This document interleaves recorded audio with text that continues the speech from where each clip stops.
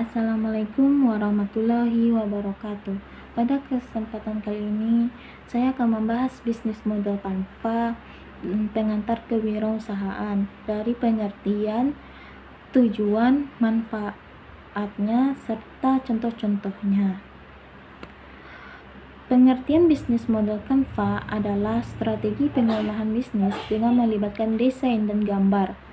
Setelah itu, desain dan gambar tersebut dikerucutkan menjadi beberapa aspek bisnis agar menjadi suatu strategi bisnis utuh yang mudah untuk dipahami.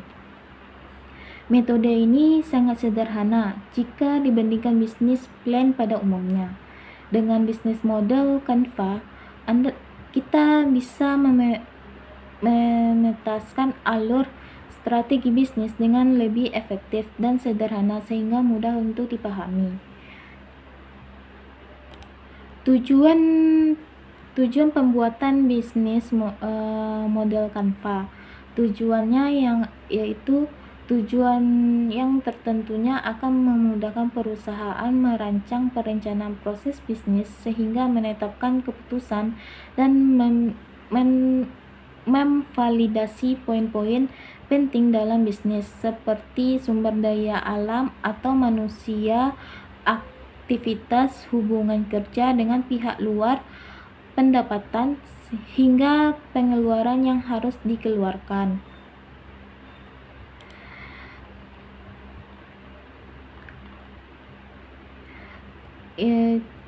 Contohnya yaitu mempermudah para perintis bisnis yang masih pemula untuk menentukan alur jalannya bisnis dari yang paling dasar. Yang kedua, merangkum bisnis plan dalam konsep yang lebih jelas dan padat. Yang ketiga, mempersiapkan proposal dalam bentuk baru untuk mendapatkan investor. Yang keempat, mendia justifikasi atau menentukan terhadap potensi bisnis yang akan dijalankan tersebut. Contoh-contoh bisnis model Canva yaitu yang pertama, segmentasi konsumen untuk pasar. Target pelanggan atau pasar yang didasar oleh pemilik bisnis ini adalah remaja sehingga orang dewasa yang berusia 14-45 tahun. Target pasar tersebut berasal dari berbagai kalangan, antara lain pelajar SMP atau SMA, yang kedua mahasiswa, yang ketiga pegawai kantoran. Yang kedua, proposisi nilai, yaitu menjamin akan dijual atau disajikan dalam berbagai pilihan rasa dan topping. Yang kedua, menjamin bisa dinikmati di warung utama atau gerai lain jika sudah buka cabang dan dibawa pula untuk disantap di rumah.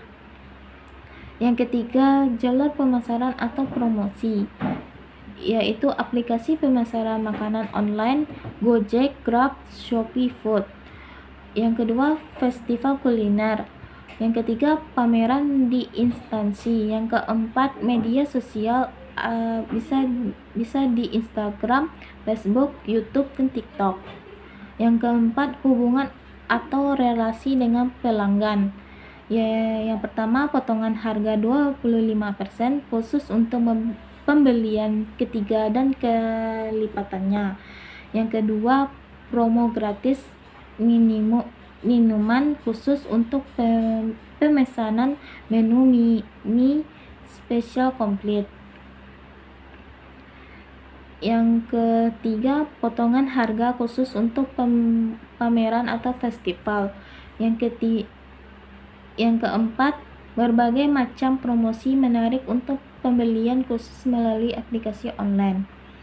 Yang kelima, sumber pendapatan. Yang pertama, modal awal dari pribadi. Yang kedua, dana dari investor.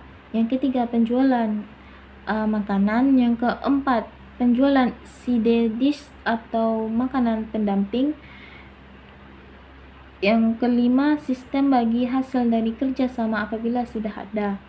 Yang keenam, aktivitas utama. Yang pertama, membeli bahan premium untuk pembuatan makanan. Yang kedua, membuat makanan berkualitas tinggi dan bercita rasa nikmat. Yang ketiga, memberikan pelayanan yang ramah, cepat, dan memuaskan. Yang keempat, mempertahankan rasa supaya pelanggan bertahan dan bertambah serta dapat bersaing dengan kompetitor. Yang ketujuh, sumber daya utama. Lokasi warung yang strategis dan mudah dijangkau. Yang kedua, alat memasak yang praktis dan modern. Yang ketiga, pekerja yang kompeten untuk mengolah makanan. Yang keempat, supplier bahan baku terpercaya. Yang delapan, mitra kunci, yaitu yang pertama, supplier pada bahan pembuatan makanan. Yang kedua, pedagang bumbu, sayur, serta daging. Yang ketiga, penyelenggaraan pameran atau festival. Yang keempat, influencer. Yang sembilan, struktur pembiayaan, yaitu pengadaan alat untuk memasak atau mengolah makanan. Yang kedua, mempersiapkan lokasi untuk warung, termasuk pembelian gerobak.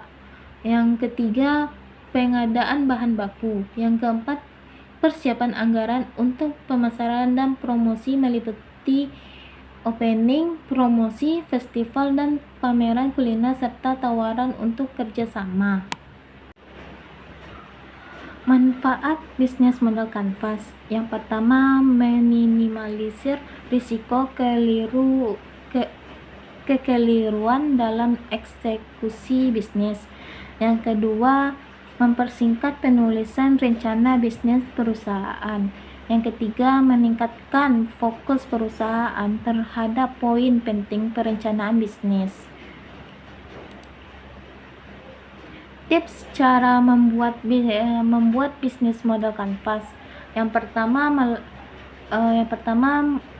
analisa kompetitor. Yang kedua, mengurutkan elemen secara sistematis. Yang ketiga, hubungkan tiap elemennya. Yang keempat, fokus pada kondisi saat ini. Yang kelima, melakukan review. Nah, hanya itu yang dapat saya sampaikan. Kalau ada salah, mohon maaf. Assalamualaikum warahmatullahi wabarakatuh.